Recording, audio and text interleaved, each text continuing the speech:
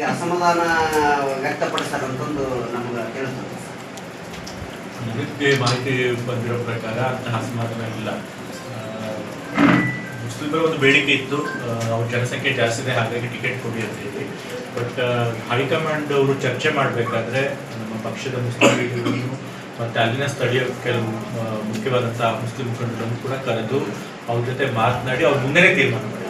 So ಹಾಗಾಗಿ ಅವರು ಅದಕ್ಕೆ ಒಪ್ಕೊಂಡ ಮೇಲೆ ನಾವು ಸಮರ್ಥ ಅವ್ರನ್ನ ಅಧ್ಯಕ್ಷನಾಗಿ ಆಯ್ಕೆ ಮಾಡಿದ್ದು.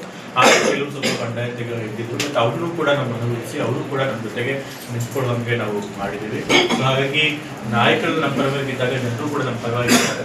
ಹೆಚ್ಚು ಮುಸ್ಲಿಮ್ಸ್ ಓಟು ಸ್ಪ್ಲಿಟ್ ಆಗಲ್ಲ ಅನ್ನೋದು, ಮೆಜಾರಿಟಿ ಮುಸ್ಲಿಮ್ಸ್ ಓಟ್ಸು ಕಾಂಗ್ರೆಸ್ ಪಕ್ಷಕ್ಕೆ ಬರೆದುಕೊಂಡು ನಾವು ಬಾಗಲಕೋಟೆನಲ್ಲಿ ಮೇಟಿಯವರು ಮಕ್ಕಳಿಗೂ ಕೂಡ ಹೊಂದಾಣಿಕೆ ಇನ್ನೂ ಕ್ಲಿಯರ್ ಆಗಿಲ್ಲ.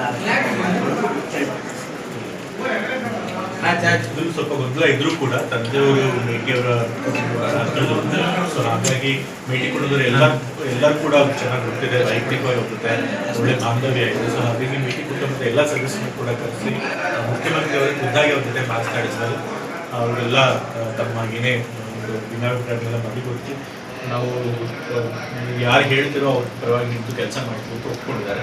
ಸೊ ಹಾಗಾಗಿ ಅವರು ಆ ಮಾತಿಗೆ ಬದ್ಧರಾಗಿರ್ತಾರೆ, ಮತ್ತು ಅವ್ರ ಮಧ್ಯೆ ಯಾವುದೇ ಒಂದು ಕಲಹ ಇಲ್ಲ ಅನ್ನೋದು.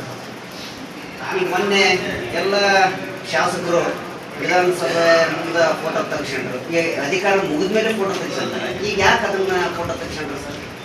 ಈಗ ಯಾರು ಹೇಳಿದ್ದು ನಿಮಗೆ ಅಧಿಕಾರದ ಮಧ್ಯದಲ್ಲಿ ಫೋಟೋ ತೆಗೆಸ್ಕೊಳ್ಬಾರ್ದು ಅಂತೇಳಿ? ಆ ರೀತಿ ಏನಿಲ್ಲ. ಈಗ ನಮ್ಮ ವಿಧಾನ ಪರಿಷತ್ತಲ್ಲೂ ಕೂಡ ಕೆಲವರು ವಿಧಾನ ಪರಿಷತ್ ಸದಸ್ಯರ ಅವಧಿ ಮುಗಿತಾಯಿತ್ತು, ಹಾಗಾಗಿ ಅವರು ಕೂಡ ಫೋಟೋ ತೆಗೆಸ್ಕೊಂಡ್ರು. ಅದೇ ಸಂದರ್ಭದಲ್ಲಿ ಹುಟ್ಟಿಗಾದರು ವಿಧಾನ ಪರಿಷತ್ ಸದಸ್ಯರು ತೆಗೆಸ್ಕೊಳ್ಬೇಕಾದ್ರೆ ನಮ್ಮ ಅಸೆಂಬ್ಲಿ ಅವ್ರದ್ದು ಫೋಟೋ ಇರಲಿ ಅಂತೇಳಿ ಅವರು ಕೂಡ ಎಲ್ಲ ಶಾಸಕರು ಫೋಟೋ.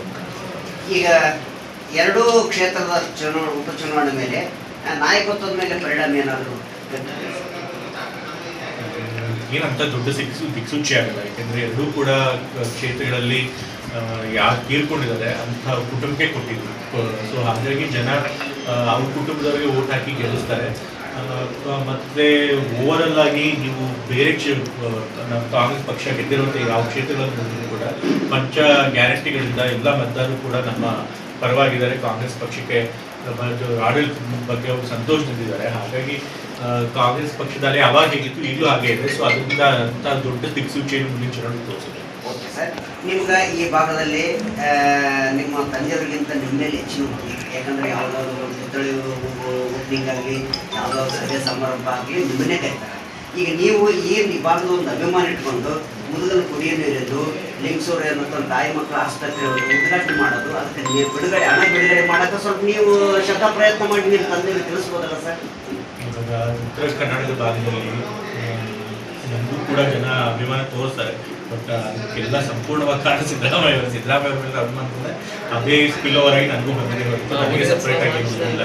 ಬಟ್ ಆದರೂ ಕೂಡ ನೀವು ನಿಜ, ಅವರು ಉತ್ತರ ಕನ್ನಡ ಭಾಗದ ಜನ ಯಾವಾಗಲೂ ಕೂಡ ತಂದೆಯವರು ಬೆಂಬಲ ಕೊಟ್ಕೊಂಡು ಬಂದಿದ್ದಾರೆ. ಈ ಭಾಗದ ಜನದ ಏನೇ ಕಷ್ಟ ಕಾರ್ಪಣ್ಯಗಳಿದ್ದರು ಸಮಸ್ಯೆಗಳಿದ್ದರು ಅದನ್ನು ಬಗೆಹರಿಸಬೇಕು. ಮುಖ್ಯಮಂತ್ರಿಗಳು ಒಂದೊಂದ್ಸರಿ ಎಲ್ಲ ಸಮಸ್ಯೆಗಳನ್ನ ಗಮನಕ್ಕೆ ತೆಗೆದುಕೊಂಡು ಹೋಗೋಕೆ ಎಲ್ಲರಲ್ಲಿ ಎಲ್ಲ ಲೀಡರ್ಗೂ ಆಗಲಿಲ್ಲ.